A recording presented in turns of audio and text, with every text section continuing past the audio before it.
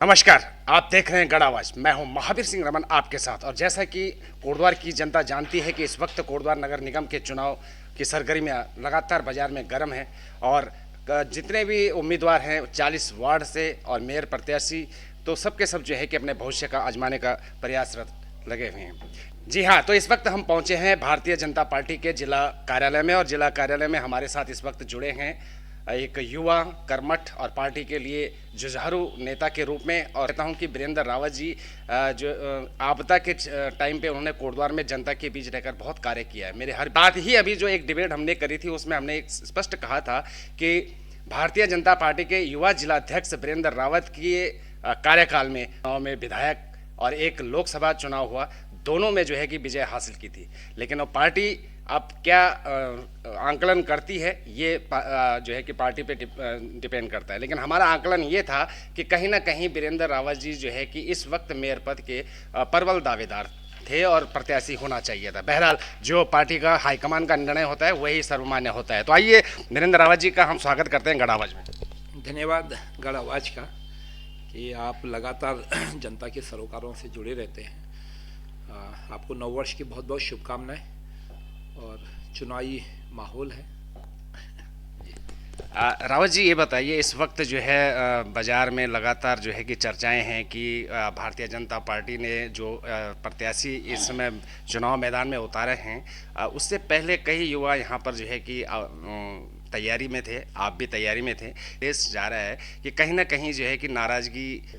नहीं, देखिए, राजनीतिक दल के कार्यकर्ता हैं और भाजपा ही नहीं अपितु कोई भी संगठन होगा, कोई भी दल होगा और उसमें अनेकों कार्यकर्ता काम करते हैं, सैकड़ों कार्यकर्ता काम करते हैं। और जब काम करते करते रहती है कि भाई जिम्मेदारी मिलनी है, कोई चुनाव लड़ना है, तो अधिकतर कार्यकर्ताओं की महत्वाकांक्षाएं होती हैं कि हमें भी कभी ऐसा अवसर मिले तो हम लोग भी चुनावी रण में जाएं और चुनाव जीत करके आएँ। ठीक उसी प्रकार से भारतीय जनता पार्टी तो आज विश्व के सबसे बड़े दल के रूप में उभर के आई है।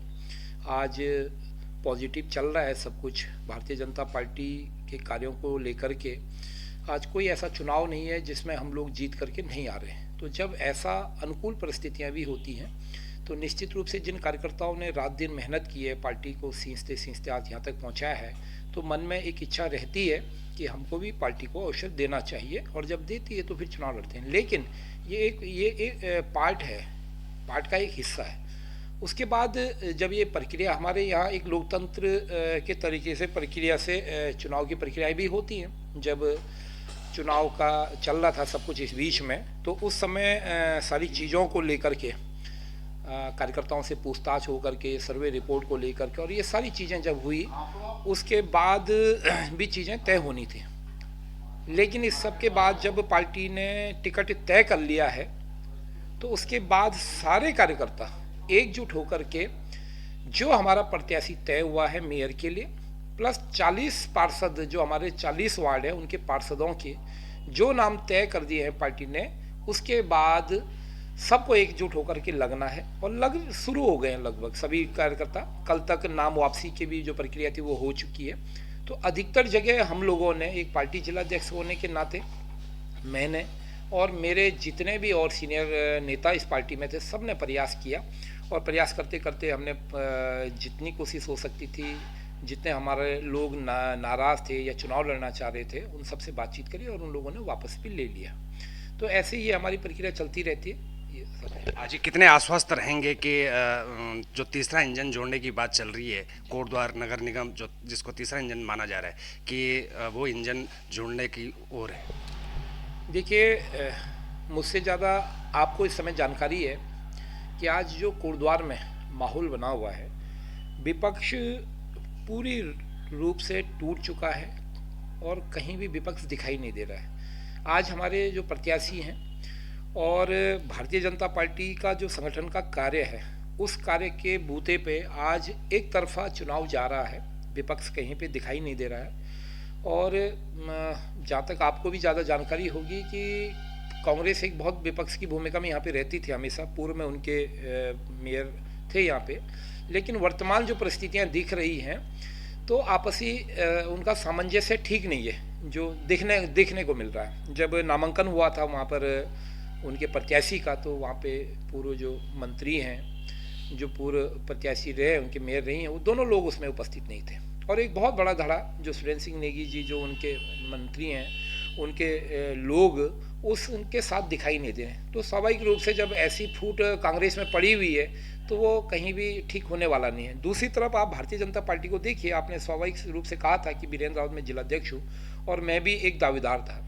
ऐसे ही और भी बहुत सामर्थ्यवान कार्यकर्ता हमारे बीच में जो कि दावेदारी कर रहे थे और बहुत मजबूत दावेदारी के साथ थे, सब एक से बढ़कर एक लोग थे। लेकिन जिस दिन टिकट की घोषणा हुई, 3-4 बजे घोषणा हुई, 5 बजे मैंने खुद यहाँ पे बैठक कॉल करी और जितने भी हमारे पार्टी के जो दावेदार थे उन सबको यहाँ पर एकत्रित किया और एकजुट होकर के सब ने कहा कि हम लोग सब लोग चुनाव में लगेंगे। और आप देखिए जब से हमारी बैठकें चल रही, कार्यक्रम चल रहे हैं, हम लोग सब एक साथ होकर के कार्यक्रम कर रहे हैं। तो स्वाभाविक रूप से कहीं भी विपक्ष नहीं है, कांग्रेस बुरी तरीके से हारने वाली है और पहला ये चुनाव होगा कि जो सारे रिकॉर्ड तोड़ देगा।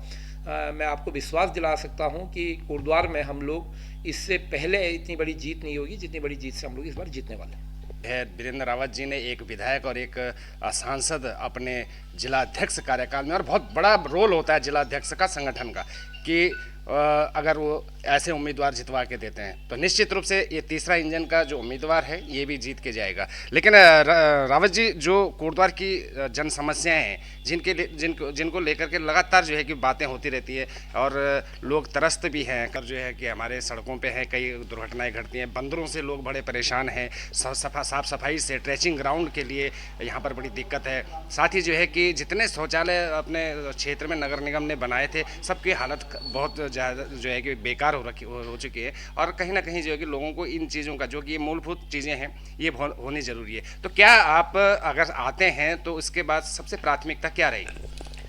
हाँ, निश्चित रूप से आपने बहुत अच्छे विषय पे चर्चा करी और यही चिंता हम सब की रहती है।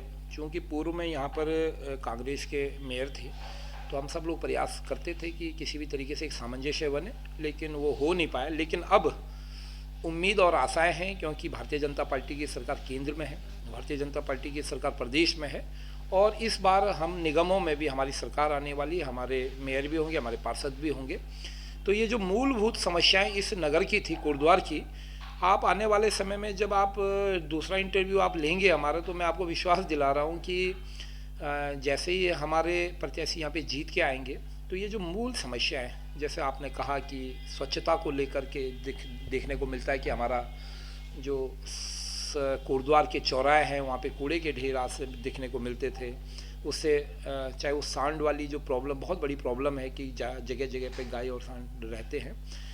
आपने एक बाथरूम वाली जो प्रॉब्लम बताई कि स्वच्छता नहीं रहती है उसमें, तो मैं आपको विश्वास दिला सकता हूं कि जैसे ही हमारी सरकार आएगी इन निगमों में भी, तो सबसे पहले तो ये स्वच्छता और ये जितनी भी समस्याएं, इनका निराकरण हमारे द्वारा होना ही होना है, ये तय है। लेकिन हाँ, उसके लिए बहुत ज़रूरत है कि हमारे अपने निगम अपने होना चाहिए और जब आज होने जा रहा है तो अब निश्चित रूप से ये सभी चीज़ें होंगी। तो धन्यवाद रावत जी, और हमारी भी शुभकामनाएं हैं कि आपका प्रयास जरूर सफल हो और